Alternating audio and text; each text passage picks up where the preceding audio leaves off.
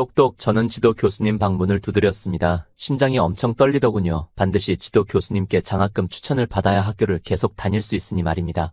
들어오세요. 부드러운 음성이 들리고 이내 저는 문을 열고 안으로 들어갔죠. 앉아요. 그녀가 부드럽게 웃으며 말하는데 잠깐 정신을 잃고 말았죠. 세상을 다 꿰뚫는 듯한 통찰이 담긴 듯한 이지적인 눈빛, 손짓에서 느껴지는 내면적인 우아함, 찰랑이는 검은색 머리카락은 교수님의 우아함을 한껏 더했죠. 제가 태어나서 처음 보는 부류의 분이셨습니다. 단순히 외모뿐 아니라 분위기까지 정말 완벽하셨죠. 그런데 오늘은 왜인지 유난히 더 아름다워 보이셨죠. 저는 교수님을 빤히 바라봤죠. 그러더니 이내 얼굴을 살짝 붉히시더군요. 아차 싶었습니다. 너무 오래 빤히 쳐다보는 것은 실례니까요. 죄송합니다. 오늘 너무 아름다우셔서. 그의 어째서인지 조금 고개를 푹 숙이시더군요. 그리고서는 작은 목소리로 말하셨습니다. 그야 오늘 화장을 했으니까요. 예. 제 눈이 휘둥그레질 수밖에 없었죠. 그야 교수님은 워낙 화장 안 하시기로 유명하신 분이니까요. 하지만 그럼에도 너무나도 수수하고 예쁘셨기에 남학생들이라면 교수님을 한 번도 짝사랑해보지 않은 남학생이 없을 정도였죠. 그런데 어쩐 일로 화장을 다 하신 거예요? 그야 정말 너무 궁금했으니까요. 어쩐 일이 있길래 화장까지 하셨는지 말입니다. 오늘 민호 학생이랑 상담 일정이 있잖아요. 예쁘게 보이고 싶어서? 그에 저는 짐짓 당황할 수밖에 없었죠. 말문이 막혀서 잘 나오지 않았습니다. 교수님께서는 그런 저를 슬쩍 보시더니 이내 말하셨죠. 장난이고 오늘 중요한 약속이 있어서요. 그에 저는 남자친구분 만나러 가나 싶었죠. 그런데 제 그런 생각을 읽으셨는지 황급히 고개를 저으며 말씀하시더라고요. 남자친구 만나러 가는 거 아닙니다. 그런 거 안 키워요. 그러니까 이건 짐짓 고민하시는 듯한 표정을 지으시더니 이내 말씀하셨죠. 부모님과 약속이 있어요. 네, 가족 식사. 딱히 물어보지도 않았는데 적극적으로 말을 꺼내셨죠. 솔직히 말하면 조금 당황스러웠습니다. 그보다 이제는 슬슬 본론을 꺼낼 차례였죠. 우수 장학생 장학금을 받아야만 저는 학교를 계속 다닐 수 있는 상태인데 거기에는 지도 교수님의 추천이 반드시 필요하죠. 하지만 교수님은 원체 추천서를 써주지 않기로 유명하신 분이라 사실상 포기하고 있었습니다. 혹시 장학금 때문에 제 추천이 필요한가요? 교수님이 그러시더군요. 그에 저는 고개를 끄덕였죠. 그러자 교수님의 표정이 굳기 시작하시더군요. 역시나구나 싶었습니다. 워낙 칼 같으신 분으로 유명하니까요. 하지만 저는 지금 포기할 수는 없었죠. 여기서 포기한다면 제 일타강사라는 꿈도 날아가니 말입니다. 그야 대학교도 제대로 졸업 안 하고 학생들을 어떻게 가르치겠습니까? 같은 고졸 신분으로 말입니다. 그에 제가 조심스럽게 입을 뗐죠. 네, 뭐든지 다 하겠습니다. 그러니 한 번만 부탁드리면 안 될까요? 뭐든지 라고 했나요? 그의 교수님의 눈이 가늘어지셨죠. 조금 무서웠습니다. 정말 뭐를 시킬지 모르겠으니 말이죠. 지금 교수님은 아름다운 외모와 달리 워낙 악독하시기로 정평이 나신 분이셨기에 장미라고 불리시는 분이니 말입니다. 겉보기에는 너무나도 아름답지만 실상은 가시가 가득 박혀있어 만지면 너무나도 아픈 꽃 말입니다. 그에 저는 침을 꿀꺽 삼키고서 말했죠. 네, 정말 뭐든지 하겠습니다. 그의 교수님이 희죽 웃으시더군요. 제게 무엇을 시킬지 상상하시는 게 상당히 즐거우신 듯 했죠. 대체 내가 뭘 하게 될지 무섭기도 했고요. 하지만 저는 뭐든지 감수해야만 했죠. 여기서 대학교를 중퇴하게 되면 제가 지금까지 해왔던 노력들이 모두 물거품이 되는 것이니 말입니다. 정말 그게 무엇이든 감수하려고 했지만 교수님의 다음 말에 당황할 수밖에 없었죠. 그러면 나중에 밥이나 같이 먹죠. 네? 나중에 밥이나 한번 같이 먹자고요. 제가 부르면 나오세요. 그의 어안이 벙벙해질 수밖에 없었죠. 정말 그냥 밥이나 한 번 먹으면 끝인지. 그렇게 원성이 자자하던 교수님이 왜 이렇게 변하셨는지 말이죠. 싫으면 어쩔 수 없지만요. 교수님이 조금 볼을 붉히시며 개미 기어가는 듯한 작은 목소리로 말하시더라고요. 그때 설마 싶었죠. 설마 나에 대한 호감이 있어서 저러시는 건가 하고 말이죠. 하지만 이내 생각을 접었습니다. 저와 교수님의 나이 차이는 자그마치 20살이나 되니 말입니다. 교수님 입장에서 저 같은 꼬맹이가 남자로나 보이겠습니까? 말도 안 되는 소리죠. 무엇보다 지금 중요한 건 그런 게 아니었습니다. 이 기회는 반드시 잡아야 하니까 말입니다. 아니요, 너무 좋습니다. 감사합니다. 무슨 영문에서인지는 모르겠지만 밥 한 번만 같이 먹으면 된다니 제 입장에서 굴러 들어온 복을 놓칠 이유는 없었죠. 저는 교수님의 제안을 냉큼 받아들였습니다. 그런데 아무리 생각해도 교수님 입장에서는 상당한 손해를 보시는 거래일 텐데도 불구하고 왜인지 만족스러운 웃음을 씩 지으시더군요. 이내 말씀을 덧붙이셨습니다. 힘든 일 있으면 나한테 말하고요. 내가 도와줄 테니까요. 그에 제가 빤히 바라보자 말씀하셨죠. 그러니까 이상한 오해는 하지 말고. 그러니까 지도 교수라면 당연히 그래야 하는 거니까요. 저는 그에 감사하다고 꾸벅 인사를 드리고 저는 밖으로 나왔죠. 무슨 영문에서인지는 모르겠지만 교수님께서는 너무나도 좋은 기회를 제게 주셨죠. 정말 너무나도 기분이 좋았습니다. 이렇게까지 일이 잘 풀릴 거라고는 생각하지 못했으니까요. 그로부터 얼마 지나지 않아 전화가 한 통 왔죠. 아들 잘 지내고 있어? 어머니셨습니다. 이 어미 병원비 때문에 등록금도 못 내줘서 미안해서 어떻게 하니? 정말 너무 미안하다. 너무 마음이 아팠죠. 갑자기 어머니께서 아프셔서 아버지의 월급의 대부분이 어머니의 병원비로 나가고 있는 실정이니 말입니다. 그뿐 아니라 갓 중학교에 들어간 동생까지 돈 나갈 일은 산더미인데 거기에 제 등록금까지 내줄 여력은 없었죠. 소득 분위는 높게 잡혀서 국가 장학금도 못 받는 상황이어서 저는 반드시 지도 교수님의 추천이 필요한 우수 장학생 장학금이 필요했었죠. 엄마, 내가 공부 열심히 해서 장학금 받아서 괜찮아. 그래, 장하다. 우리 아들 고맙고 너무 미안하다. 이내 전화를 끊었죠. 정말 다행이었습니다. 지도 교수님이 추천서를 써주신다는 사실이요. 이게 아니었으면 저는 꼼짝없이 꿈을 포기해야만 했으니 말입니다. 그런데 의아했던 건 오늘 지도 교수님이 왜인지 평소와 다른 모습이었다는 거죠. 평소에는 그렇게 화장도 하시지 않던 분이 그냥 화장도 아니고 풀 메이크업을 하고 계셨죠. 그뿐 아니라 왜인지 저를 보고 수줍어하시는 듯한 모습도 느껴졌습니다. 설마 싶었지만 이내 생각을 접었죠. 지금 저에겐 더 중요한 게 있으니 말입니다. 우수 장학생 장학금을 위해 지도 교수님의 추천서 말고도 필요한 게 많으니까요. 모든 과목의 학점이 반드시 4점을 넘겨야만 했습니다. 그래야만 우수 학생 장학금을 받을 수가 있죠. 어느덧 중간고사까지는 일주일이 남은 시점이었죠. 옆에 제 친구 녀석이 오더군요. 너 시험 공부는 좀 했냐? 그에 저는 아니라고 말했죠. 최근 어머니가 아파지시면서 동생 학비는 제가 내줬어야 하니까요. 저는 알바를 해서 동생의 학비를 내주었죠. 밤에는 대리기사 아르바이트까지 하면서 말입니다. 제 등록금도 제대로 못 내는 녀석이 참 웃겼죠. 어떻게 하려고 그러냐? 이번에 시험 범위 엄청 많던데 다 할 수 있겠어? 이번에 확실히 해야 할 것들이 많긴 했습니다. 그래도 나머지는 다 할 만했지만 이 과목이 문제였죠.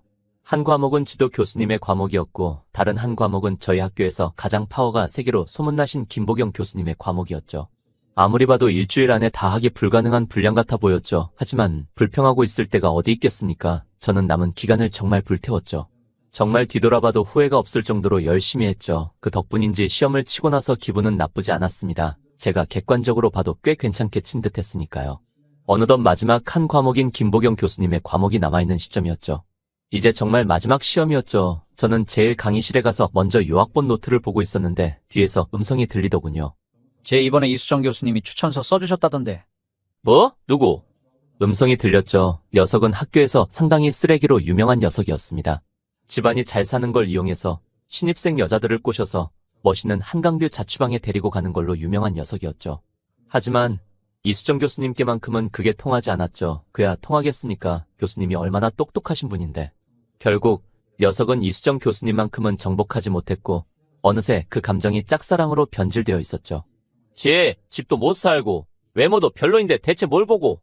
녀석은 저를 대놓고 씹었죠. 하지만 저는 대수롭지 않게 넘겼습니다. 지금 저에게 그런 게 중요하겠습니까? 어떻게든 지금 시험을 잘 봐서 학점을 잘 받는 게 중요하죠. 그런데 자꾸 뒤에서 쿡쿡 찌르는 느낌이 느껴지더군요. 뒤를 돌아보니 녀석이 있었습니다. 마치 자기가 하지 않은 것처럼 딴청을 피우고 있더군요. 저는 다시 공부를 하기 시작했죠.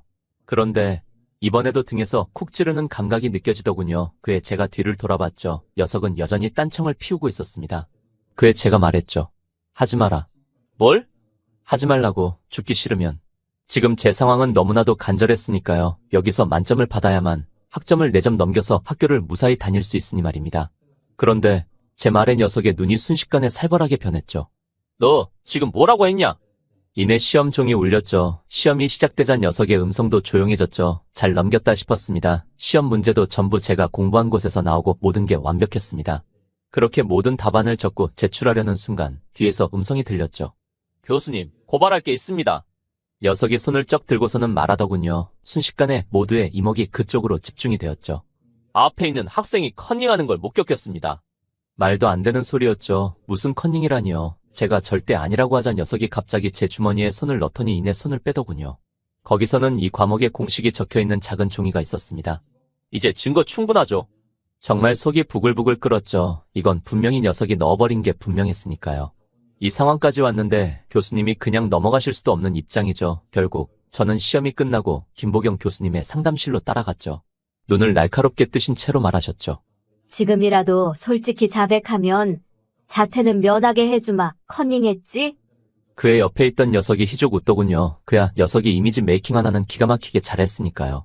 자기보다 강한 김보경 교수님한테는 엄청나게 성실한 학생 이미지로 잘 이미지 메이킹을 했죠.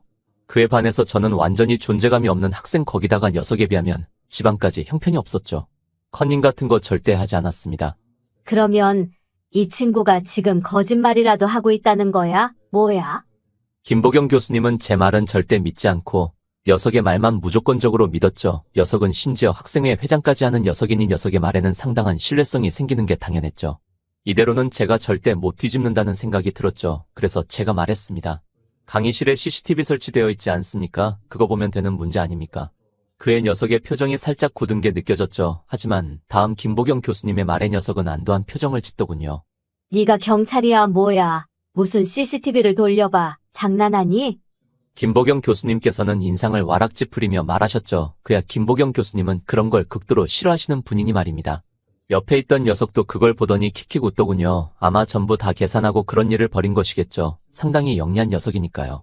결국 저는 일방적으로 추궁당하기만 하고 방을 나왔는데 전화가 울렸죠. 어머니였습니다. 아들, 괜찮아. 학교에서 연락이 왔는데.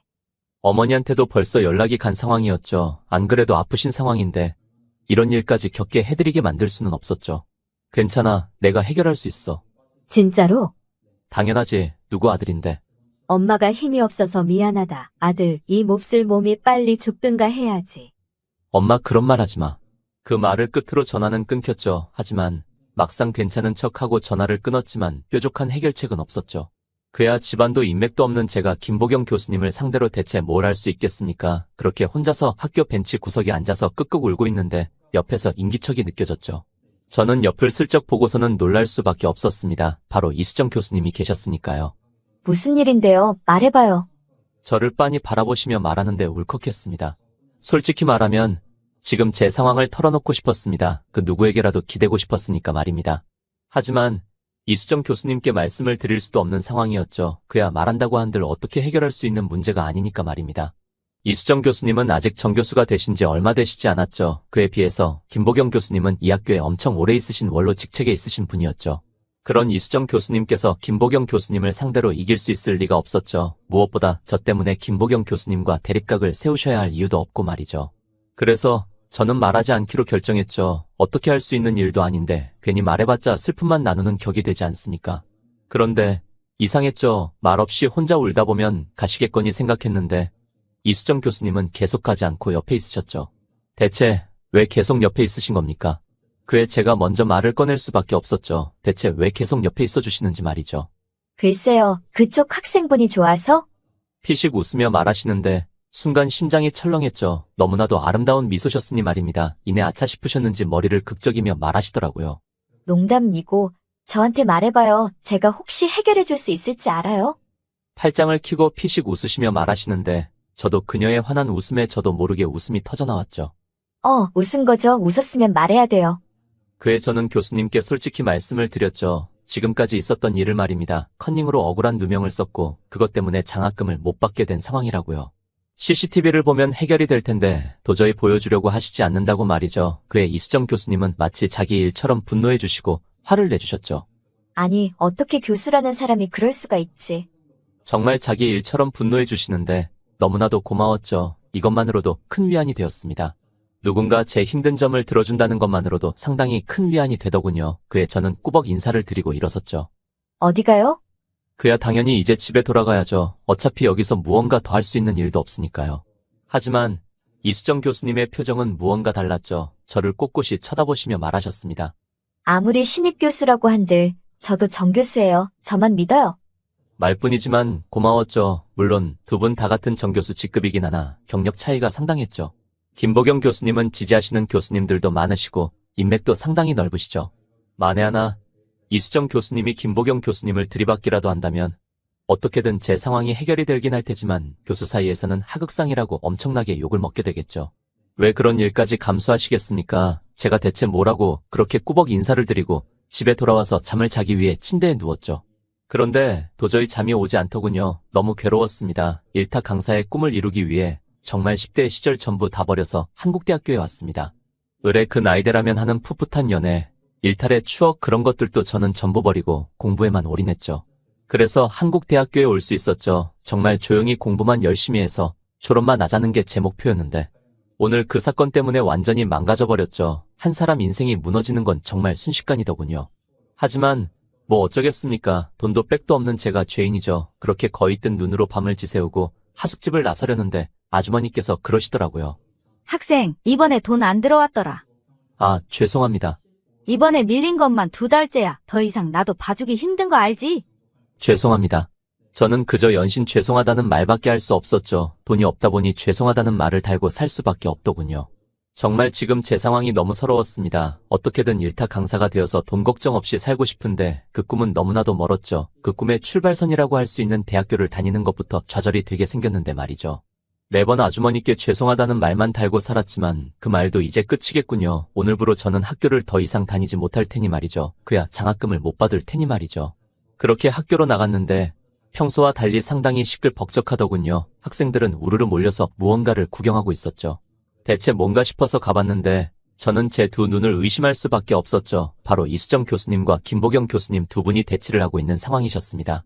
지금 뭐 하는 짓입니까? 교수가 되어서 부끄럽지도 않아요? 너 지금 뭐라고 했니? 김보경 교수님은 주위를 둘러보셨죠. 상당히 많은 학생들 앞에서 이런 신임 교수가 자기에게 저런 말을 했다는 것이 자존심에 상당히 큰 스크래치였겠죠. 부끄럽지도 않냐고요. 집안에 빽 좀 있다고 걔 말은 철석같이 믿고 반대쪽 말은 믿지 않고.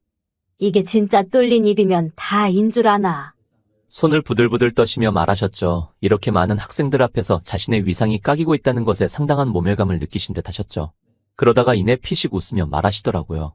너 이거 허위 유포 사실로 고소 가능한 거 알지? 너 감당할 수 있겠어? 그의 이수정 교수님이 삐질땀을 흘리셨죠. 그야 이수정 교수님의 집안은 정말 평범했으니까요. 보통 교수라면 집안에 돈이 많아야 가능한데 이수정 교수님은 집안이 평범하신데도 불구하고 투잡까지 뛰시면서 열심히 연구한 성과를 인정받아 정교수가 되신 거니까요. 그에 비해서 김보경 교수님의 집에는 상당히 돈이 많죠. 정말 법정 싸움으로 간다면 이수정 교수님께 출혈이 너무 심할 것은 뻔했죠. 그렇게 자신 있으면 그거 보면 되겠네요.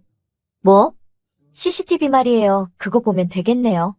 그의 김보경 교수님이 픽 웃더군요. 너 그거 나한테 얼마나 큰 의미인지 알지? 만약에 정말 커닝을 했다면 어떻게 할 건데? 제가 교수직 사임할게요. 그의 주변이 웅성대기 시작했죠. 아무리 그래도 교수직 사임이라니요. 너 지금 제 말 믿고 그러는 거니? 김보경 교수님이 저를 손가락으로 가리키며 말하셨죠. 사실 저로서도 이해가 되지 않았습니다. 만약 제가 거짓말을 한 거라면 어떻게 하시려고 저러시는지. 하지만 이수정 교수님은 저에 대해 한치의 의심도 하시지 않는 듯 했죠. 나를 왜 저렇게까지 믿어주시는 건지 정말. 네, 그러니까 당장 보자고요.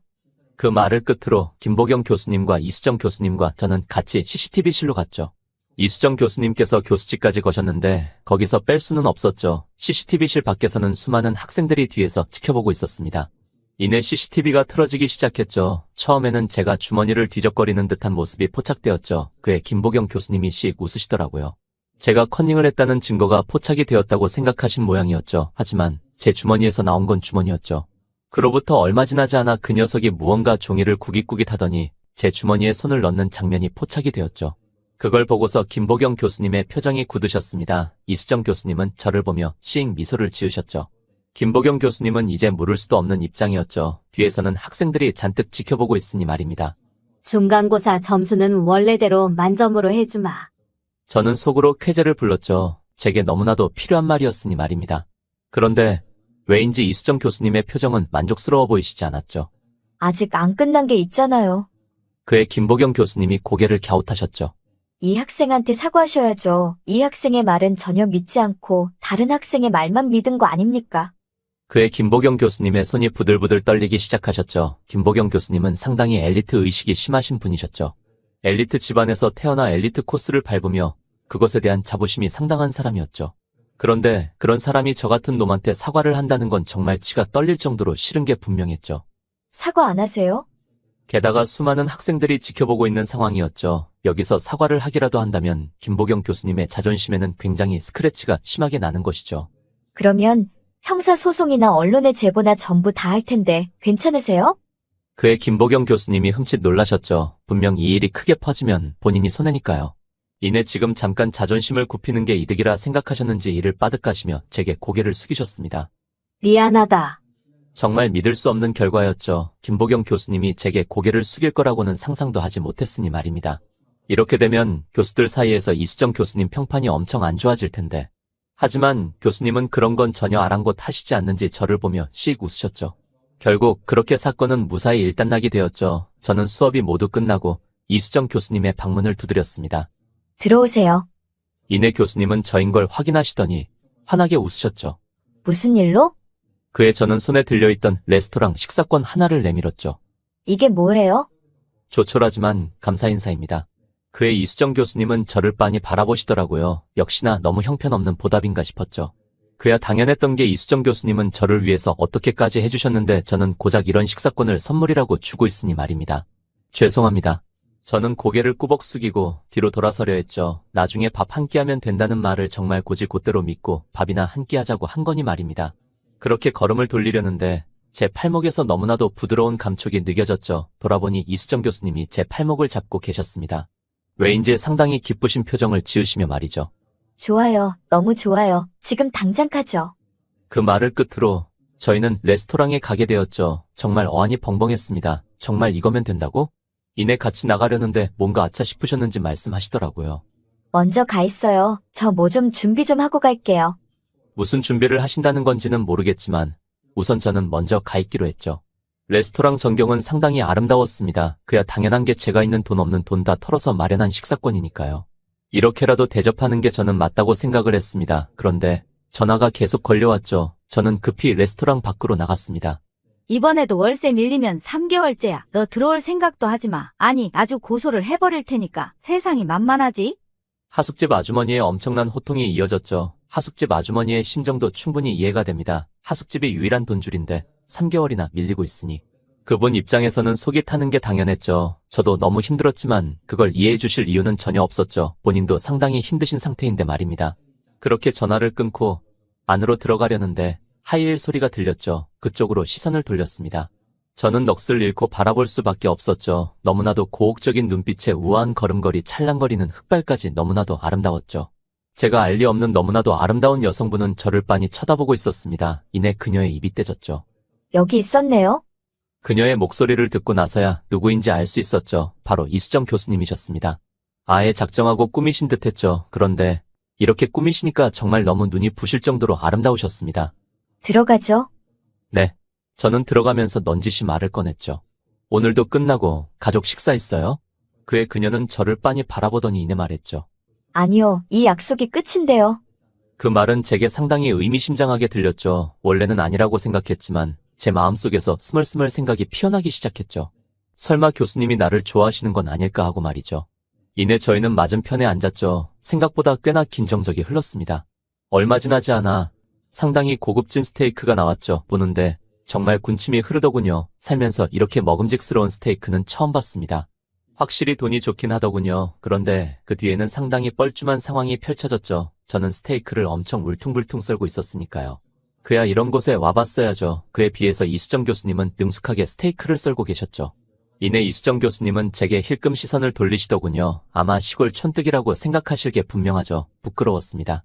그런데 왜인지 그걸 보고서는 마치 새삼 귀엽다는 듯 피식 웃으시더군요. 그거 줘봐요. 저는 멍하니 그 스테이크 접시를 건넸죠. 그러더니 이내 이수정 교수님께서 제 스테이크를 하나하나 잘게 썰어서 제게 주시더라고요. 여기 내가 다 썰었어요. 맛있게 먹어요. 그 뒤로 스테이크를 먹기 시작했죠. 정말 너무 맛있었습니다. 확실히 비싼 돈 주고 스테이크를 먹는 이유가 있더군요. 그런데 왜인지 이수정 교수님은 제게 할 말이 있으신지 손가락을 꼼지락거리며 저를 보고 계셨죠. 이내 저와 눈이 마주치자 조심스럽게 입을 떼셨습니다. 저 뭐 하나만 물어봐도 될까요? 네. 들으려고 했던 건 아닌데 오면서 그 통화를 들어서요. 무슨 말인가 싶었는데 이내 이해할 수 있었죠. 그때 하숙집 아주머니에게 월세를 내지 않았다고 엄청나게 구박을 들었던 통화 말입니다. 제 표정이 굳었죠. 그 누구에게도 들키기 싫었던 부끄러운 사정인데 제 표정을 보더니 이수정 교수님이 화들짝 놀란 표정을 지으며 말하셨죠. 그게 그러니까 놀리려는 목적으로 그런 말을 꺼낸 게 아니라 마침 저희 집에 방 하나가 비어서요. 얼굴을 붉히시며 말씀하셨죠. 그걸 대체 왜 저한테 말하는 건지 너무나도 의아했죠. 그의 교수님이 말을 이어가셨습니다. 혹시 괜찮으면 여기서 살아도 된다고요. 네? 돈도 안 내도 돼요. 그 말에 저는 멍하니 교수님을 쳐다볼 수밖에 없었죠. 그렇게 해주시면 정말 너무 고맙겠죠. 저는 지금 당장 쫓겨나게 생겼으니 말입니다. 그렇게 새롭게 살 곳이 생긴다는 건 너무 좋은 거죠. 다른 건 다 차차해 두고 그렇게 되면 숙식을 공짜로 해결할 수 있으니까요. 하지만 그런 것보다 훨씬 더 큰 문제가 있었죠. 엄청나게 안 좋은 소문이 퍼질 가능성이 너무나도 크다는 것 말입니다. 저야 남자라 괜찮겠지만 아직 미혼이신 여 교수님께는 너무나도 치명적인 소문일 게 분명했죠. 교수님은 저를 빤히 바라보시더니 이내 그런 제 생각을 이해하신 듯 고개를 끄덕이며 말하셨죠. 괜찮아요. 교수님은 그런 것마저도 다 미리 생각하고 그런 말을 하신 것이었죠. 대체 저 같은 게 뭐라고 그렇게까지 해주신다는 건지 보잘것없고 가진 것 없는 저를 위해서. 저는 너무 염치에도 불구하고 교수님의 호의를 받을 수밖에 없었죠. 정말 너무 감사합니다. 나중에 꼭 갚을게요. 그렇게 밖으로 나왔는데 교수님께서 차를 끌고 오셨죠. 상당히 소형의 차였습니다. 교수님의 벌이에 엄청나게 검소하신 차였죠. 이내 저는 차를 탔습니다. 저희 둘은 같이 교수님의 집으로 가기 시작했죠. 안에서는 상당히 묘한 기류가 흘렸죠. 괜히 제가 착각하는 것일 수도 있는데 아무리 봐도 교수님이 저를 좋아한다까지는 모르겠지만 호감이 있는 것은 확실해 보였으니 말입니다. 저도 이런 교수님이 싫지는 않았고 말이죠. 그야 이렇게 예쁘시고 지적인데 어떻게 싫어하겠습니까? 얼마 지나지 않아 저희는 엘리베이터에 도착했죠. 6층이 눌렸습니다. 그 뒤로 정말 긴 정적이 흘렀죠. 정말 숨소리만이 그 엘리베이터 안을 채웠습니다. 문이 열렸습니다. 하는 음성과 동시에 저희는 내리고 602호로 들어갔죠. 상당히 작은 아파트였습니다. 안방 한 개, 거실 한 개인 구조였죠. 늦은 시간이었기에 저는 당연히 거실 소파에 앉아 있었죠. 그런데 이수정 교수님이 저를 빤히 보시더라고요. 거기서 자게요? 당연히 여기서 자야죠. 제가 안방에서 잘 수는 없지 않습니까? 지금 보일러 안 돼서 많이 추울 텐데. 확실히 좀 춥긴 했죠. 겨울철이기도 했고 무엇보다도 늦은 밤이었으니 말입니다. 하지만 뭐 어쩌겠습니까? 제가 여기서 자는 게 맞죠. 안방에 전기 매트 깔려 있어요. 그에 저는 한사코 고개를 저었죠. 어떻게 제가 교수님을 여기 재우고 제가 침대에서 잘 수 있겠습니까? 그건 너무나도 양심이 없는 거죠. 교수님도 그의 고개를 끄덕이시더니 그러시더군요. 뭐 어쩔 수 없죠. 그런데 퀸 사이즈라 서로 닿을 일 전혀 없는데. 그의 제 표정이 굳었죠. 아무리 그래도 어떻게 그러겠습니까? 그런 저를 슬쩍 보더니 이내 도도도 안방으로 가시더군요. 말도 안 되는 소리라는 걸 아신 거죠. 그렇게 저는 소파에서 잠을 청했죠. 그런데 생각보다 잠이 엄청 잘 오더군요. 확실히 춥고 불편하긴 했지만 견딜만 했습니다. 하숙집 때에 비하면 오히려 천국이었거든요. 그렇게 오랜만에 정말 푹 잤죠. 그런데 너무나도 맛있는 음식 냄새가 풍기기 시작했죠. 그쪽을 보니 교수님께서 요리를 하고 계셨습니다. 일어난 저를 보더니 활짝 웃으시며 말하셨죠. 깼어요? 그에 저는 네라고 대답했죠. 지금 광경이 너무 의아했으니까요. 대개의 킹크랩의 온갖 산의 진미들이 전부 요리 재료로 들어갔죠. 오늘 혹시 총장님이라도 오나 싶었죠. 그게 아니라면 저렇게까지 요리하실 이유가 없으니 말입니다. 원래 요리를 안 좋아하셔서 시켜먹는 걸로 유명하시기도 하고 말이죠. 그에 제가 물어보니 그러시더라고요. 그쪽이랑 같이 먹으려고 요리한 건데요. 네?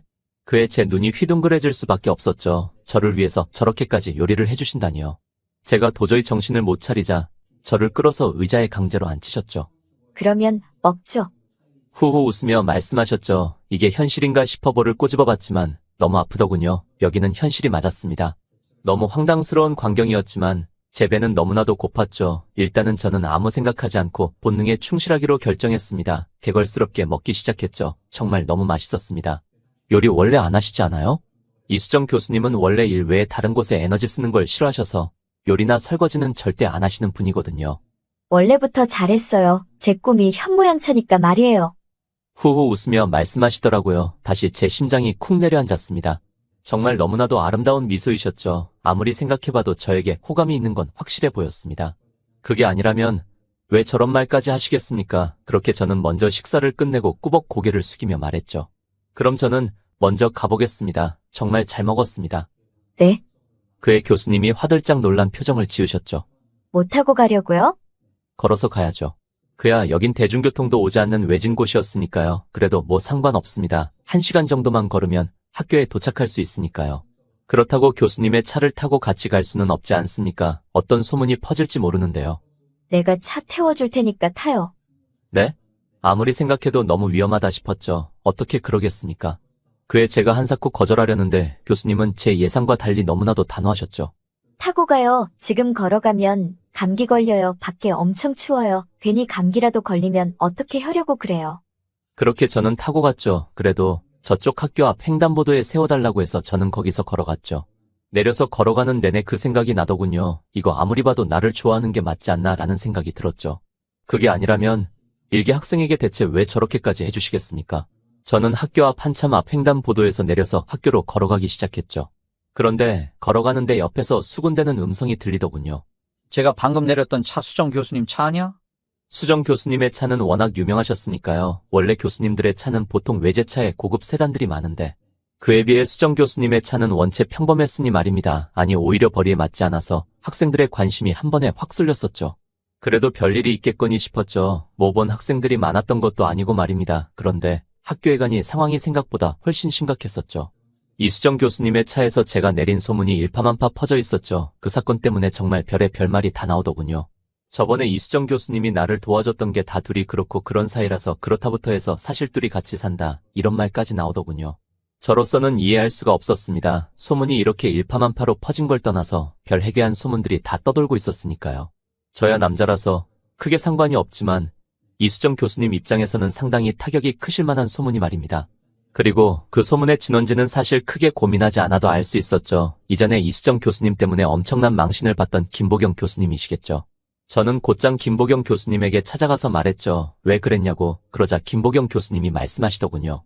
내가 했다고? 나는 모르는 일인데. 피식 웃으며 제게 말하는데 그 비아냥거리는 듯한 눈빛에서 알 수 있었죠. 본인이 그 소문을 퍼뜨린 사람이라는 걸 말입니다. 주먹이 꽉 쥐어졌죠. 제가 지금 할 수 있는 것은 아무것도 없었죠. 정말 제 자신이 너무나도 원망스러웠습니다. 어떻게 이렇게 무능할 수가 있는지 말입니다. 아니 제가 선택할 수 있는 선택지는 한 가지 있긴 하군요. 바로 제가 학교에서 사라지는 것 말입니다. 소문의 당사자가 사라지면 금방 흥미를 잃고 소문은 사라질 테니 말입니다. 그것만이 유일한 방법이었죠. 마침 잘 됐다 싶었습니다. 제가 가고 싶었던 학원에서 오퍼가 왔던 상황이니까요. 거기서 착실하게 경력을 쌓아가다 보면 대학교 중퇴임에도 불구하고 분명 길이 보이겠죠. 아니 정말 솔직하게 말하면 사실 졸업하고 싶었습니다. 너무 졸업하고 싶었지만 어쩔 수 없는 선택이었죠. 그래서 저는 조심스럽게 이수정 교수님께 다가가서 말했습니다. 그동안 보듬어 주셔서 감사합니다, 교수님. 그게 무슨 말이야? 최근에 교수님과 친해지다 보니 말까지 놓게 되었죠. 제 갑작스러운 고백에 수정 교수님은 상당히 놀란 눈치셨죠. 학원에서 스카우트 제의를 받아서 나가봐야 할 것 같습니다. 기회는 왔을 때 잡아야죠. 그건 학교 다니면서도 할 수 있잖아. 전곡을 찌르셨죠. 사실 그 일은 학교를 다니면서 하는 게 최적이었죠. 학교를 계속 다니면서 학원 경력을 계속 쌓는 것. 그러다가 나중에 졸업하고 본격적인 학원 강사 테크를 타는 게 정석적이었죠. 그걸 이수정 교수님께서도 모르실 리가 없었죠. 이내 저를 빤히 쳐다보며 말하셨습니다. 괜찮아. 나는 정말 괜찮아. 너는 계속 학교 다녀야지. 제가 왜 나가려는지도 정확하게 파악하고 계셨죠. 난 정말 상관없으니 너는 계속 다녀. 저런 소문쯤이야 뭐 아무렇지 않아.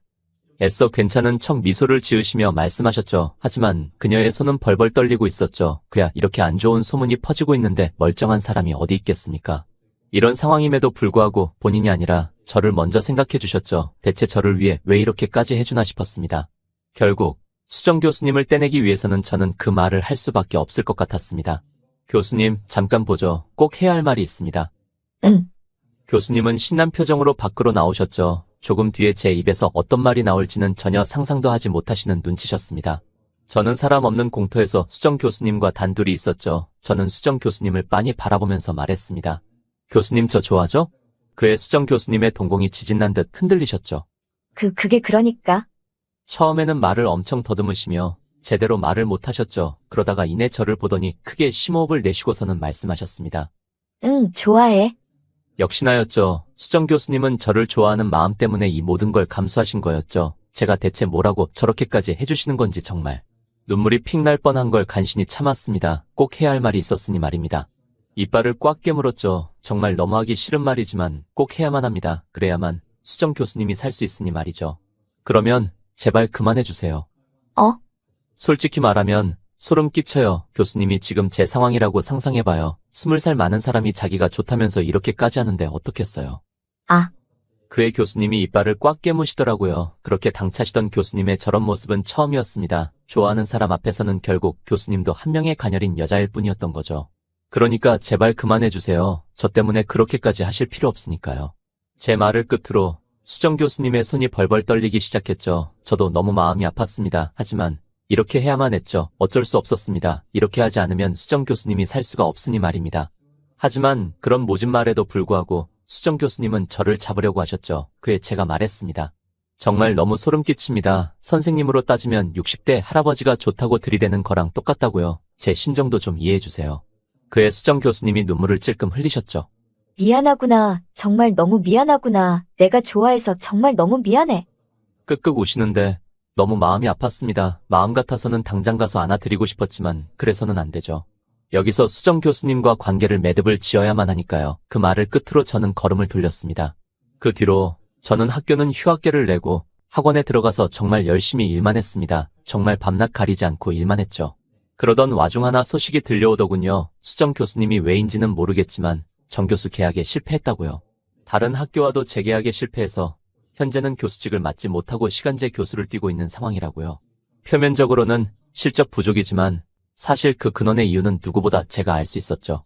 바로 김보경 교수님이 다른 교수님들에게 손을 써서 수정 교수님을 매장시켜버린 것이겠죠. 워낙 발이 넓으신 분이니까 말입니다.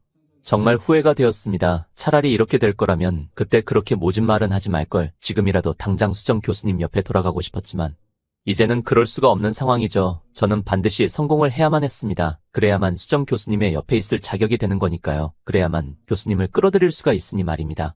그 뒤로 저는 정말 열심히 일에만 매달리기 시작했습니다. 처음에는 동네 학원에서 고등학교 강사를 하고 있었는데 한날은 갑자기 학원 원장님께서 식사 자리를 만들어 주시더라고요. 처음에는 시간이 없다고 했는데 제 인생에서 엄청나게 중요한 자리가 될 거니 꼭 나가보라고 하셨습니다. 원래 그런 말을 하지 않는 분이시기에 무슨 일인가 싶어 나가봤죠. 그리고 이내 놀랄 수밖에 없었습니다. 바로 대치동에서 엄청나게 유명하신 원장님께서 자리에 앉아 계셨죠. 그분은 저를 보더니 씩 웃으셨습니다. 앉으세요. 저는 이내 자리에 앉았죠. 심장이 쿵쾅쿵쾅 미친 듯이 뛰기 시작했습니다. 이 자리에서 반드시 원장님의 마음에 들어야만 저에게 기회가 생기는 것이니 말입니다. 사실 이런 동네 학원에서 계속 있다가는 꿈을 이루지 못하겠다고 생각하고 있던 찰나였죠. 반드시 대치동에 가야 일타 강사가 될 수 있는 기회가 생기고 그걸 위해서는 지금 학원 원장님의 학원에 들어가는 것이 너무나도 중요했죠. 하지만 그런 제 마음은 모르시는지 아무 말도 없이 음식만 먹기 시작하셨죠. 그러다가 이내 제 간절한 표정을 보시더니 피식 웃으며 말씀하셨습니다. 듣고 싶은 말씀이 있으신데 제가 자꾸 다른 말을 하고 있었네요. 이거 죄송합니다. 그 말을 하며 제게 하나 팜플렛을 주시더군요. 저는 이내 그걸 펼쳐봤습니다. 거기에는 3달 뒤에 강사를 공개 채용한다는 내용이 적혀 있었죠. 선생님이 계신 학원 원장님과 아는 사이라 들었습니다. 정말 열심히 하신다고 말이죠. 하지만 세상은 열심히만으로는 안 되는 거 너무 잘 아시지 않습니까? 그건 너무 맞는 말이었죠. 이 세상은 열심히 하는 사람은 너무 많습니다. 정말 중요한 건 잘해야죠. 그래야만 최고의 정점에 설 수 있으니 말입니다. 지금 현실에 계속 안주하실 건지 아니면 도전을 해보실 건지는 그쪽 선생님께 맡기겠습니다. 그 말을 남기고서 학원 원장님은 식사 자리에서 나가셨죠. 원장님의 말은 너무 명확했습니다. 지금 동네 학원에서 계속 지낼지 아니면 지금 동네 학원을 포기하고 모험을 해볼지였죠. 정규 채용 면접은 3달 뒤였기에 지금부터 교재 작업과 교수법을 완벽히 대치동 스타일로 탈바꿈을 해도 아슬아슬했죠.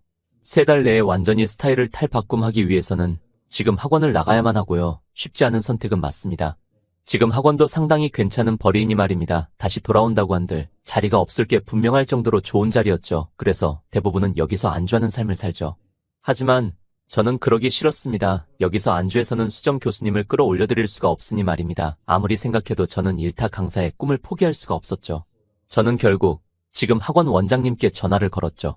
원장님, 죄송합니다. 은혜를 원수로 갚게 되어서. 그러자 원장님께서 피식 웃으며 말하셨습니다. 아니, 너무 잘 선택했네. 나도 자네가 이 동네 학원에서 썩을 인재는 아니라고 생각했으니 말이야. 넓은 세계로 가서 자네의 능력을 증명해 보이게나. 내가 지켜보고 있을 테니. 정말 너무 감사합니다. 아니, 자네는 다시 내 열정에 불을 붙여주었네. 하루도 쉬지 않고. 매번 학원에 출근해서 어떻게 하면 더 잘 가르칠지 연구하고 항상 개선점을 찾고 밤낮으로 고민하는 모습을 보고 있으면 나의 어릴 적 시절이 떠올라. 나는 거기서 현실에 안주하는 선택을 했지만 자네는 다르길 바라네. 내가 꼭 지켜보겠네. 나 대신 꿈을 이루어주게나. 네, 꼭 성공하겠습니다. 그 말을 끝으로 저는 전화를 끊었죠. 그 뒤로는 정말 미친 듯이 교수법과 교재 작업에만 매달렸습니다. 얼마나 몰입했는지 시간이 가는 줄도 모를 정도였죠. 아침에 눈을 뜨면 교재 작업을 시작하고 눈이 감길 때쯤에는 책상에 엎어져 잠을 잤죠. 그런 일상의 반복이었지만 전혀 피곤하지 않았습니다. 아니, 오히려 너무나도 즐거웠죠. 이제 조금만 있으면 제 꿈을 이룰 수 있다는 사실이 말입니다. 그렇게 해서 수정 교수님을 데리러 가고 싶었죠. 그렇게 정신없이 지내다 보니 어느덧 3달이 지났죠. 저는 대치동에서 가장 큰 대형 학원 앞으로 정장을 빼입고 갔습니다. 거기에는 엄청나게 쟁쟁한 사람들이 있었죠. 죄다 한국대 졸업은 기본의 기타 스펙도 어마어마했죠. 그에 비해서 저는 대학교 중퇴의 한일이라고는 평생 학원일밖에 한 게 없죠. 이내 저희는 5명 정도 되는 인원이 한꺼번에 강의실 안으로 들어갔습니다. 안에는 면접관들로 보이는 사람들이 앉아 있었죠. 정중앙에는 원장님께서 앉아 계셨고요.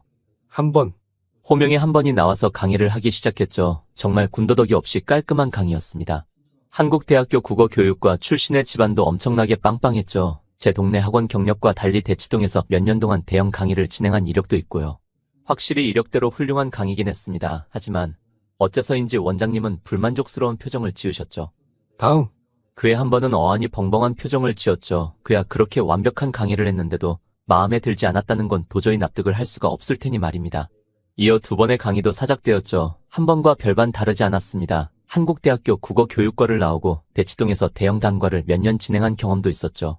강의도 군더더기 없이 완벽했습니다. 하지만 그럼에도 원장님의 표정은 영 좋지 않으셨죠. 원장님 대체 뭐가 마음에 안 드시는 겁니까? 옆에 있던 감독관들도 말을 해봤지만 대답을 하지 않으셨죠. 어느덧 마지막 제 차례가 되었습니다. 그런데 한 번도 빛나지 않던 원장님의 눈이 반짝이기 시작하셨죠. 모두 의아한 표정을 지었습니다. 대학 중퇴에 변변치 않은 동네 학원 강사 몇 년 한 저를 유심히 지켜보시는 게 말이죠.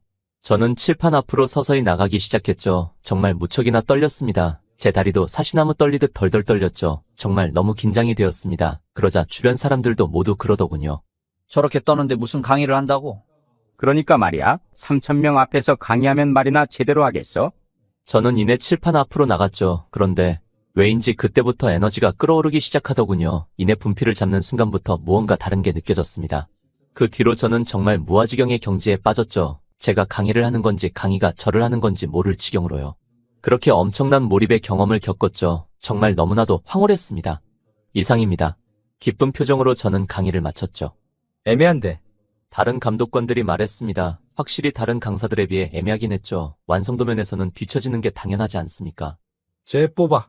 하지만 왜인지 원장님께서는 엄청나게 만족스러운 표정으로 말하셨죠. 모두 의아한 표정을 지었습니다. 왜 앞에 쟁쟁한 사람들을 놔두고 저를 뽑는지 말입니다.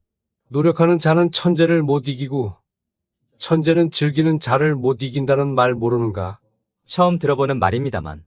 뭐든지 저렇게 즐기는 사람은 못 따라잡는 법이지.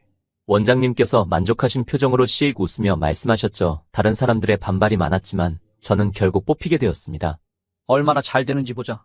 다른 사람들은 저를 시기 어린 표정으로 쳐다봤죠. 당연하죠. 한국대 졸업에 대치동 경력까지 몇 년 동안 쌓은 자기들이 대학교 중퇴에 어디 동네 학원 강사 경험이나 몇 년 있는 녀석에게 밀린 셈이었으니 말입니다. 원장님 후회하시게 될 겁니다.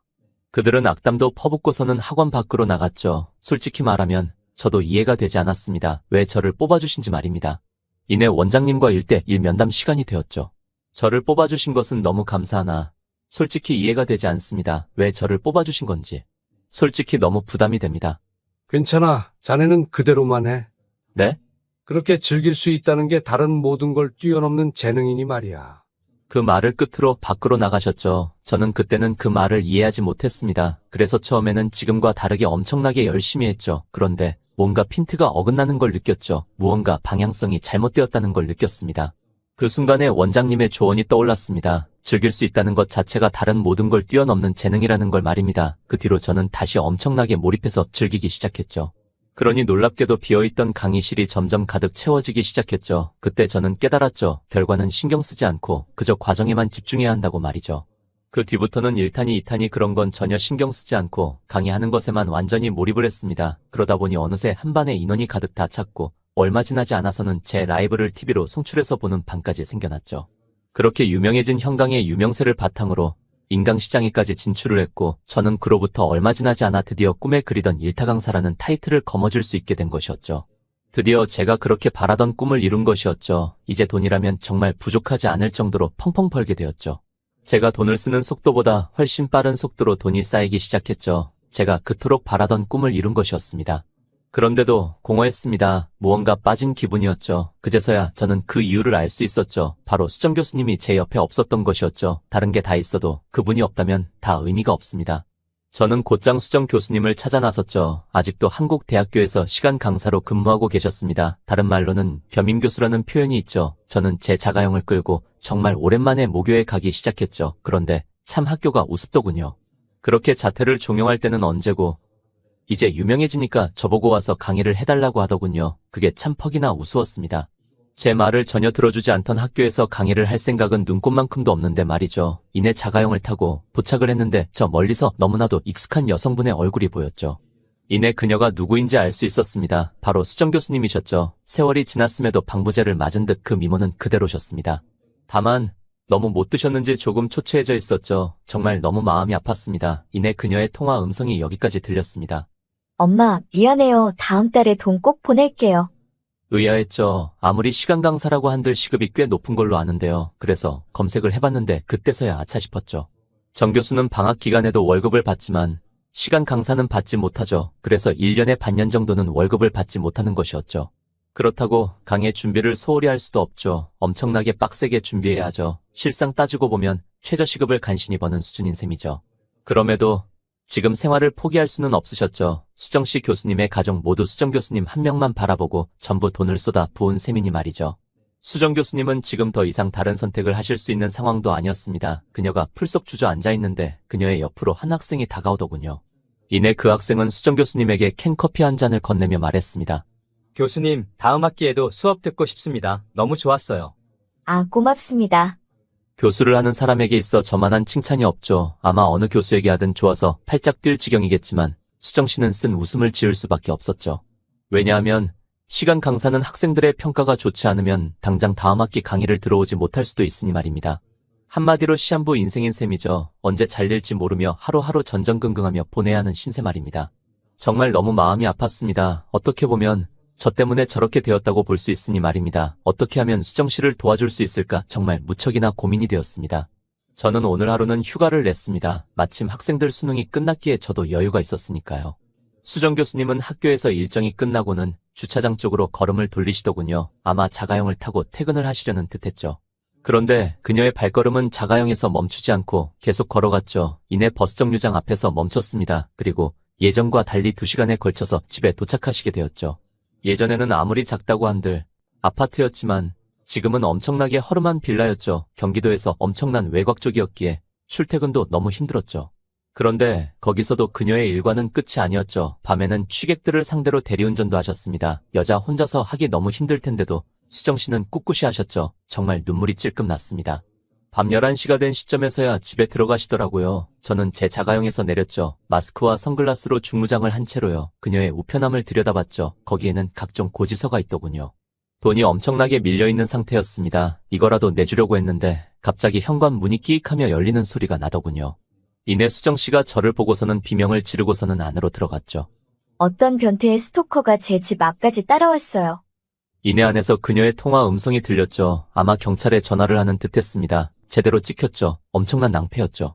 저는 급히 차에 올라탔죠. 다행히 소득은 있었습니다. 다행히 그녀의 부모님의 병원의 위치를 알 수 있었으니 말입니다.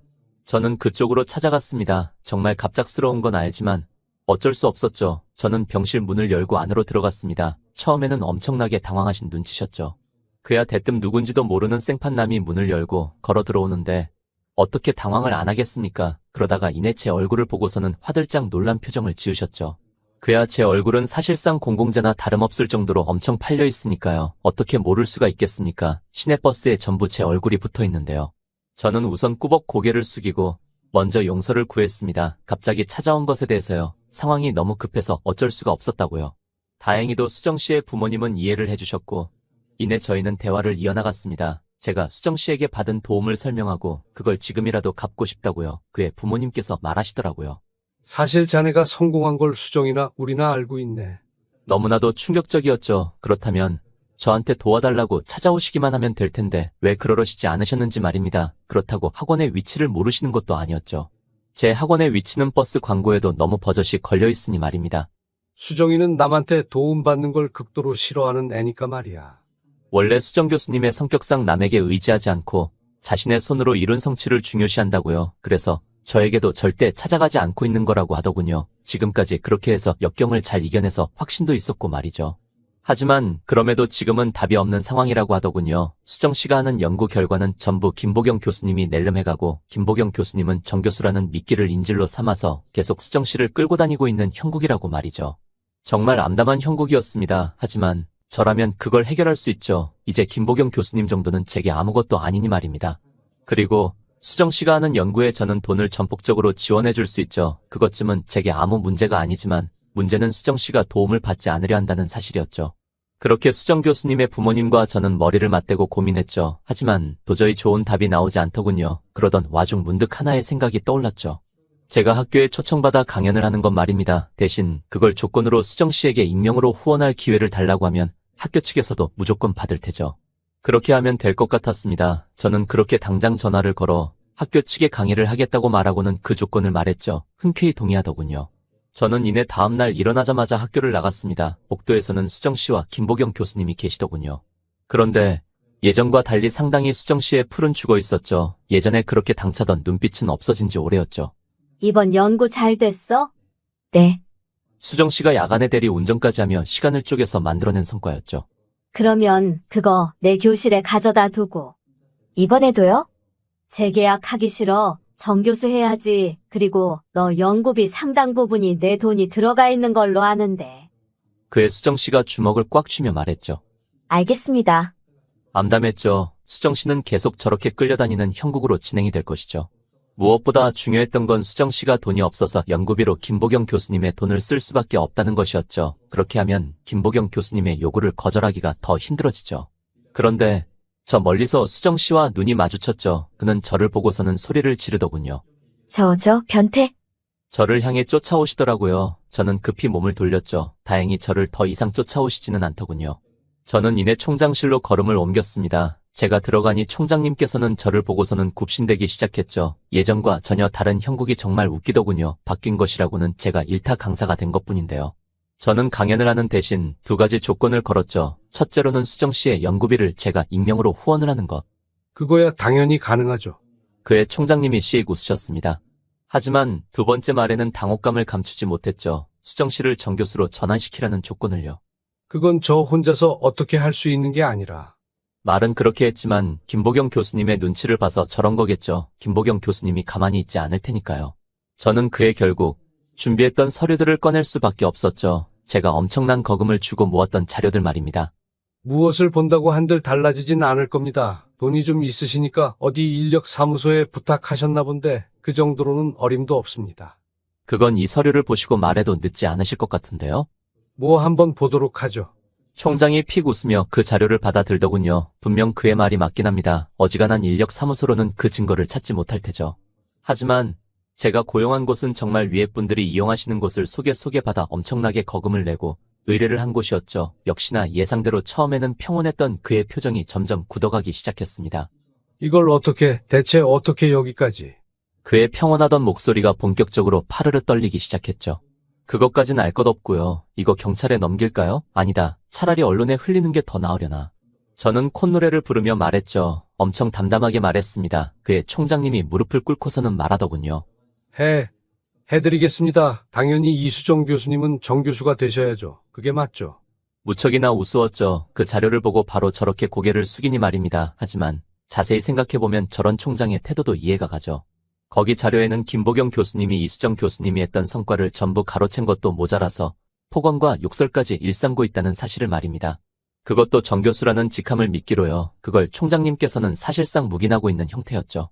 김보경 교수님의 집안에서 지원받고 있는 것이 정말 많으니까요. 총장님 입장에선 그걸 포기할 수가 없으셨겠죠. 이걸 언론에서 물기라도 한다면 얼마나 특종감일까요? 아마 온종일 저 뉴스로만 보도될 것이 뻔하죠. 그렇게 되면 이 학교의 이미지 실추도 금방이고 총장님도 결국은 탄핵이 되고 말겠죠. 그는 지금도 엄청나게 빠르게 득실을 계산해서 판단한 것이었습니다. 괜히 이 학교의 총장이 아니다 싶었죠. 그로부터 얼마 지나지 않아 학교에 엄청나게 큰 대자보가 하나 붙었죠. 학생들은 그걸 보더니 웅성웅성 거리기 시작했습니다. 뭐야? 수정 교수님 이름이 적혀 있는데? 설마 잘리신 건가? 교수님 강의 꼭 듣고 싶었는데. 그야 시간 강사가 정교수로 승격되는 경우는 거의 없으니 말입니다. 사실상 해임 통보가 대다수였죠. 하지만 수정 교수님은 워낙 학생들 사이에서 신임이 두터워서 모두들 재계약을 못하는 것에 상당히 아쉬울 만했죠. 학생들 모두 탄식을 내지르고 있을 때 한 학생이 말했죠. 뭐야? 수정 교수님 정교수 되셨다고 적혀 있는데? 에이, 거짓말하지 마. 다른 학생들도 못 믿는 눈치였죠. 그야 시간 강사가 정교수가 된 경우는 정말 극히 드무니까 말입니다. 처음에는 다른 학생들도 장난치는가 싶어 다가왔지만 이내 대자보에 붙어있는 광경을 보고서는 입을 다물지 못했죠. 뭐야, 진짜잖아? 거기에는 정말로 이수정 교수님의 정교수 전환 소식이 적혀 있었죠. 거기서 끄윽끄윽 우는 소리가 났습니다. 학생들은 일제히 그쪽을 돌아봤죠. 바로 이수정 교수님이었습니다. 그동안 마음고생이 너무 심하신 듯했죠. 이내 학생들이 그쪽으로 다가갔습니다. 정말 너무 다행이에요. 교수님 강의 계속 듣고 싶었는데 너무 잘 됐네요. 학생들은 이수정 교수님의 정교수 전환 소식을 엄청난 열의로 축하를 해주기 시작했죠. 고마워요. 정말 너무 고마워요. 이제 학생분들의 바램대로 다음 강의도 할 수 있겠네. 아니, 앞으로 계속 할 수 있겠어요. 너무 다행이야. 정말로 너무 다행이야. 그런 광경을 한 사람이 지나가며 유심히 지켜보더군요. 다른 사람들과 달리 상당히 예리한 눈빛으로 말입니다. 아니, 오히려 도끼를 품은 표정이라는 말이 맞겠군요. 그 도끼 서린 눈빛으로 어딘가로 걸어가기 시작했죠.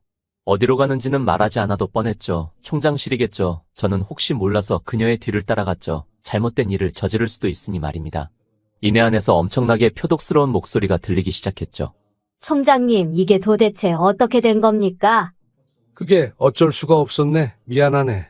총장님, 똑바로 설명하세요. 저희 집안에서 받았던 거 전부 도로 토해내기 싫으시면 말입니다. 그의 총장님은 상당히 난처하신 모양이더군요. 그야 당연하죠. 저에게 들었던 걸 그대로 말할 수도 없는 노릇 아니겠습니까? 그런데 그 사람은 한술 더 뜨더군요. 야, 너 당장 튀어와. 야, 나는 누구인지 명확하지 않은 멸시의 호칭. 하지만 누구인지는 금세 알 수 있었죠. 저 멀리서 급하게 수정 씨가 이쪽으로 뛰어오고 계셨으니까요. 저를 보지도 못하고 어찌나 급하셨는지 바로 안으로 들어가셨죠. 이내 안에서는 음성이 들리기 시작했습니다. 너 지금 당장 정교수 자리 포기해. 네? 정교수 자리 네가 직접 네 손으로 포기하라고. 그간 네 연구에 전부 내 돈이 들어갔던 거 몰라? 그의 수정 씨는 탄식을 내지르셨죠. 거기 계약서 조항 잘 읽어봐. 계약 위반하면 내가 투자했던 돈 10배로 뱉어내야 하니까. 그의 수정 씨가 손을 부들부들 떠시더라고요. 어떻게 따낸 정교수 직함인데 그걸 눈앞에서 포기하게 생겼으니까요. 물론 그 위약금을 낼 돈이 있다면 상관없겠지만 너희 집안이나 너나 그럴 돈은 없지 않니? 비아냥 섞인 목소리로 수정 씨를 조롱하기 시작했죠. 수정 씨는 아무 말도 못했습니다. 그야 그 위약금만 해도 몇십억에 달할 텐데 수정 씨나 수정 씨의 집안에 그런 돈이 어디 있겠습니까? 수정 씨는 시간 강사만으로는 삶을 도저히 영위할 수가 없어 야간 대리운전까지 하고 계신데 말입니다. 수정 씨에게 정교수 직함은 너무나도 필요한 직함이었죠. 저는 이쯤이 타이밍이라고 생각했죠. 문을 열고 안으로 들어갔습니다. 그러자 수정 씨가 저를 보고서는 눈을 휘둥그레 뜨더군요. 내 집 앞까지 따라왔었던 변태가 여긴 대체 왜? 수정 씨가 목소리를 덜덜 떨며 말하자 그의 총장님은 고개를 갸웃하셨죠. 그야 수정 씨한테 그렇게 막대한 돈을 후원하던 저를 보고 변태라고 하는 게 이해가 안 가실 만도 하죠. 김보경 교수님도 의외의 인물의 등장에 저를 빳빳이 응시하기 시작했죠. 저는 아랑곳하지 않고 총장님께 말했습니다. 제가 수정 교수님에게 후원금뿐 아니라 위약금까지 지불해드리겠습니다. 그러면 정 교수 자리는 문제 없는 거죠? 그의 총장님의 눈이 휘둥그레지셨죠. 네, 물론 그렇게 되면 계약에 걸리는 건 없어지니 정교수로 바로 승격이 되긴 할 겁니다만. 제 눈치를 슬쩍 보시더니 말씀하셨죠. 몇 10억 단위인데 정말 괜찮으시겠습니까? 총장님이 벌벌 떨며 말씀하셨죠. 그의 김보경 교수님이 상당히 의아하신 눈빛으로 저와 총장님을 번갈아 쳐다봤죠. 이내 무언가 이상한 낌새를 채신 듯 했죠. 그야 총장님의 반응은 왜인지 제가 몇십억을 지불할 능력이 되는 듯 해보였으니까요. 이내 저를 김보경 교수님은 가만히 응시하시더니 이내 픽 웃으며 말씀하셨습니다. 뭐, 너 뭔데? 그거 지불할 능력이 있어? 아마 지금 제 허름한 차림을 보고 지불할 능력이 없다고 판단한 듯 했죠. 하긴 이해가 되긴 했습니다. 지금 제가 걸치고 있는 옷들은 전부 동대문에서 몇천 원짜리들이니까요. 제가 누구인지 알면 그런 말 절대 못할 텐데 참 재미있더군요. 저는 말보다는 행동으로 보여주는 게 맞다고 생각했죠. 김보경 교수님을 바라보며 말했습니다. 시끄럽고 계좌번호 보내세요. 지금 바로 입금할 테니까. 허세도 이 정도면 예술이네. 역시나 허세라고 생각하신 모양이었죠. 그 심정도 이해가 되긴 했죠. 몇십억을 바로 이체할 수 있는 능력을 가진 사람이 대한민국에 얼마나 되겠습니까? 너 능력 좋다. 그렇게 바쁜 와중에도 기둥 서방이라도 한 명 생겼나 봐. 근데 너 기둥 서방한테 제대로 교육 좀 시켜야겠다. 허세도 상황 봐가면서 부리는 거라고. 능력에 맞게 자기 주제에 맞게 말이야. 원래 작은 개일수록 짖는 법이던데. 뭐? 김보경 교수님은 이내 제대로 긁힌 듯 했죠. 이내 저를 날카로운 눈매로 쳐다보며 말했습니다. 좋아. 지금 당장 보내. 대신 못 보내면 꽤 재미있는 일이 펼쳐질 테니까 각오하도록 하고, 네가 좋아하는 여자를 평생토록 내가 노예로 굴릴 거니까 말이야. 그 말을 하고 나서 이수정 교수님을 바라보며 말했죠. 네 기둥 서방이 얼마나 무능력한지 잘 봐. 누구한테 복종 해야 할지 명확하게 파악할 좋은 기회일 거야. 저는 별 신경 쓰지 않고 휴대폰을 들어 뱅킹 어플을 켰죠. 그걸 보고서는 눈을 가늘게 뜨셨죠. 이내 피식 웃으며 말씀하셨습니다. 차라리 연기를 배워보는 게 어때? 재능 낭비하는 것 같은데 누가 보면 진짜 몇십억 한 번에 이체할 능력이 있는 줄 알겠어. 나도 깜빡 속을 뻔했네. 저는 담담하게 김보경 교수님을 쳐다보며 말했죠. 계좌 확인해보세요. 이체했으니까. 김보경 교수님이 피식 웃으시더군요. 네가 뭐라고 몇십억을 한 번에 이체를 하겠니? 허세 하나는 진짜 인정이다. 너 연기자 쪽으로 나가봐. 재능 진짜 충만하네. 그거야 보시면 사실인지 허세인지 아시게 될 거 아닙니까? 그의 한숨을 고개를 절레절레 젓더니 은행 어플을 확인하셨죠. 이내 목소리가 사시나무 떨듯 떨리기 시작했습니다. 뭐야? 너 대체 뭐야? 저를 눈을 휘둥그레 뜬 채로 쳐다보는데 그 표정은 정말 잊을 수가 없습니다. 정말 너무 재미있었으니까요. 그의 수정씨가 저를 빤히 바라보더라고요. 대체 왜 저한테 이렇게까지? 이전과 달리 상당히 공손해진 목소리였죠. 그에 제가 말했습니다. 잠깐 커피 한 잔 안 하실래요? 그의 수정씨는 저를 바라보더니 이내 침을 꼴깍 삼키셨죠. 이상한 뜻으로 오해하신 듯 했죠. 무언가 큰 결심을 하신 듯 심호흡을 크게 내쉬고서는 말씀하셨습니다. 좋아요. 이내 수정씨는 제 차에 올라타고는 근처에 있는 커피숍으로 향하기 시작했죠. 그 차 안에서는 상당히 긴 정적이 흘렀습니다. 그런데 왜인지 옆에서는 따가운 시선이 느껴지더군요. 이내 그녀가 말을 꺼냈습니다. 그런데 엄청 익숙한 목소리인데 혹시 저희 아는 사이인가요? 뜨끔했죠. 예전 수정 교수님과 알던 앳된 시절과는 많이 변해서 못 알아보시는 게 당연하다 생각했지만 곰곰이 생각해보니 제가 최근에 방송이나 광고나 엄청 나가다 보니 제 목소리는 엄청 유명해졌으니까요. 아마 전 국민에게 익숙한 목소리일 게 분명하죠. 그럴 리가요. 이제 내리죠. 네. 수정 씨가 주위를 둘러봤습니다. 상당히 외진 카페였죠. 주변에 사람도 거의 돌아다니지 않는 엄청 외딴 곳이요. 수정 씨는 저를 빤히 보더니 이내 침을 꼴깍 삼키더군요. 역시나 이상한 걸로 오해하신 모양이었습니다. 이내 저희는 카페 안으로 들어가서 카운터 앞에 섰죠. 뭐 드실래요? 저는 제일 싼 거면 돼요. 수정 씨의 목소리에는 긴장감이 잔뜩 서려 있었죠. 이내 저는 그 커피들을 받아 들고 2층 테이블로 향했죠. 수정 씨는 긴장감 잔뜩 서린 눈빛으로 의자에 앉아 저를 보고 있더군요. 그야 당연했습니다. 아예 생판 모르는 남이 아니 더 정확하게 말하면 변태군요. 그 변태가 몇십억의 위약금을 물어준 것도 모자라서 이 외진 곳까지 데리고 왔으니 말입니다. 저는 수정 씨를 바라봤죠. 예전과 달리 상당히 눈빛이 죽어 있으셨죠. 갖은 세상 풍파를 맞으며 세상에 공짜는 없다는 걸 뼈저리게 학습하신 듯했죠. 하지만 제가 빤히 바라보는 걸 수정 씨는 오해하신 듯했죠. 이내 이빨을 꽉 깨물며 말했습니다. 뭐든지 감수할 테니까 부모님한테만큼은 말하지 말아주세요. 너무 마음 아파하실 테니까. 그에 저는 피식 웃었죠. 우스워요? 제가 얼마나 고심하고 내린 결론인데 돈 많으면 사람의 진심이 웃음나요? 아니요, 그게 아니라요. 웃지 않고 싶었는데 웃을 수밖에 없었죠. 수정 씨의 모습이 너무 귀여웠으니까요. 수정 씨의 볼이 점점 빨갛게 물들기 시작했죠. 그것마저도 너무 귀여웠습니다. 마음이 단단히 빼앗긴 상태인 거죠. 정말 큰일 났다 싶었습니다. 수정 씨는 계속해서 뾰루퉁한 표정을 짓고 계셨죠. 정말 조금만 더 하면 폭발할 것 같아 이제는 슬슬 말해야 할 때라고 생각했습니다. 아무것도 바라지 않습니다. 네? 그의 수정 씨가 눈을 휘둥그레 뜨셨죠. 아무것도 바라지 않는다니요. 몇십억에 달하는 위약금도 물어주고 어마어마한 연구비까지 후원을 했는데 아무것도 바라지 않는다니요. 제가 생각해도 말이 안 되죠. 거짓말하지 말고 빨리 원하는 걸 말하세요. 정말 없습니다. 그렇게 몇 번을 계속해서 반복해서 문답을 주고받았죠. 처음에는 믿지 못하던 수정 씨도 이제는 몇십억을 내주고도 아무것도 바라지 않는 건가 의심하는 단계였죠. 정말요? 네. 그러자 눈을 가늘게 뜨시더니 이내 가방에서 무언가 주섬주섬 꺼내더군요. 이내 그 종이에 무언가를 쓰기 시작했습니다. 여기에 사인하세요. 이게 뭔데요? 정말로 아무것도 바라지 않는다는 계약서입니다. 그에 저는 피식 웃었죠. 정말 수정씨다웠죠. 왜 웃는 건데요, 대체? 아니 이런 거 말고 제대로 하죠. 변호사 공증서서 말입니다. 진짜 진심이시군요. 그제서야 수정씨는 본격적으로 믿으시는 눈치였죠. 하지만 대체 왜? 예전에 수정씨에게 엄청나게 큰 도움을 받아서요. 이내 그 말을 들으시고는 골똘히 생각하시는 듯 하더니 제 얼굴을 유심히 쳐다보시더니 말씀하시더라고요. 설마? 네, 맞습니다. 이내 저는 마스크와 선글라스를 벗었죠. 그러니 수정씨의 입이 쩍 벌어졌죠. 너 민호구나? 원래라면 밝힐 생각은 없었습니다. 수정씨의 성격대로라면 저에게 빚지고는 절대 못 살 테니까요. 그래서 원래라면 익명의 후원자로 남을 생각이었지만 그 선택은 오히려 선생님을 더 찝찝하게 만드는 것이라고 생각을 했죠. 그야 그렇지 않습니까? 익명의 후원자에게 몇십억의 돈을 받고서 조마조마해서 잠이라도 제대로 자겠습니까?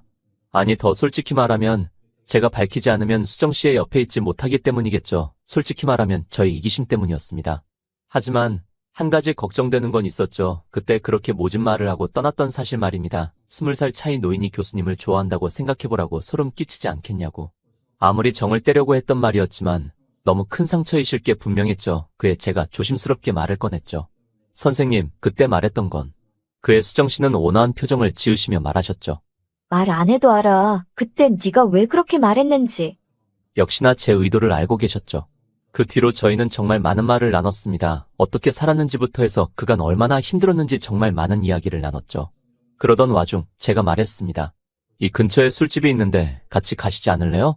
도저히 술을 먹지 않고서는 못 풀 이야기들이 많았으니까요. 그의 선생님도 저를 유심히 쳐다보시더니 이내 고개를 끄덕이셨죠. 좋아, 가자. 이내 저희는 한선 술집에 들어왔습니다. 상당히 고급진 식당이었죠. 저희는 거기 안에 룸을 받아서 들어갔습니다.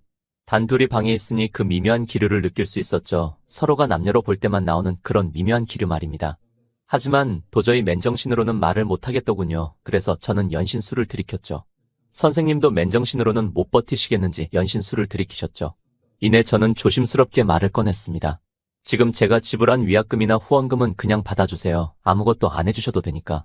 어떻게 그럴 수 있니? 너한테 빚을 지고 어떻게 내가. 역시나 예상대로의 반응이었죠. 선생님다웠습니다. 하지만 저는 도저히 여기서는 양보할 수 없었죠. 그간 교수님을 그렇게 떠나보내고 얼마나 죄책감에 시달렸는지 썼던 일기들을 보여드렸죠. 그걸 유심히 훑어보시더니 이내 입술을 꾹 다무시더라고요. 저는 선생님의 손을 꼭 잡고서는 말했죠. 그러니까 꼭 받아주세요. 선생님을 고개를 끄덕이셨죠. 여기까지는 성공적이었습니다. 이제는 정말 본격적인 이야기를 꺼내야 했죠. 지금부터가 본 게임이었습니다. 선생님의 옆에 쭉 같이 있고 싶습니다. 그러면 같이 있으면 되잖아. 뭐가 문제인데? 선생님이 고개를 갸웃저으며 말하셨죠. 제 말뜻을 오해한 듯 했습니다. 단순히 옆에 있는다는 뜻이 아니었는데. 이내 제 표정을 보고 제 의도를 이해한 듯 선생님의 볼도 빨갛게 달아오르더라고요. 저희 둘 다 술을 이렇게 왕창 마시지 않았다면 못 견뎠을 겁니다. 늦었지만 저랑 재출발하시지 않겠습니까? 그의 선생님께서 입술을 꾹 다무시며 그러시더라고요. 너랑 20살 차이 나는데 정말 괜찮니? 넌 앞으로 미래가 너무 창창하잖아. 선생님의 말은 맞긴 했죠. 아직 저는 너무나도 젊고 돈도 많죠. 앞으로 젊고 예쁜 여자는 정말 골라서 만날 수 있을 정도로요. 하지만 저에게는 그런 건 어떤 행복감도 주지 못합니다. 다른 걸 다 가져도 선생님과 같이 있지 못한다면 모든 게 다 의미가 없죠. 그 말을 하니 선생님께서는 입술을 꾹 깨물며 말하셨습니다. 지금은 술김에 하는 말이니 나중에 술 깨고도 그 마음이 변치 않는다면 연락해. 그러면 나도 한번 진지하게 생각해 볼 테니까. 그 말을 끝으로 수정 씨는 일어나셨습니다. 이제 조금 뒤면 연락을 드려야 하는 타이밍입니다. 여러분들이라면 어떻게 하시겠습니까? 저는 지금 맨정신에도 수정 씨의 옆에 있어드리고 싶습니다. 하지만 어떻게 말씀을 드려야 부담을 느끼지 않고 자연스럽게 받아들이실지 무척이나 고민이 됩니다. 여러분들의 고견을 여쭙고자 사연을 신청했습니다. 이상으로 사연자분의 사연 마치겠습니다. 구독을 눌러주셔야 사연자분의 뒷이야기가 올라왔을 때 받아보실 수가 있게 됩니다.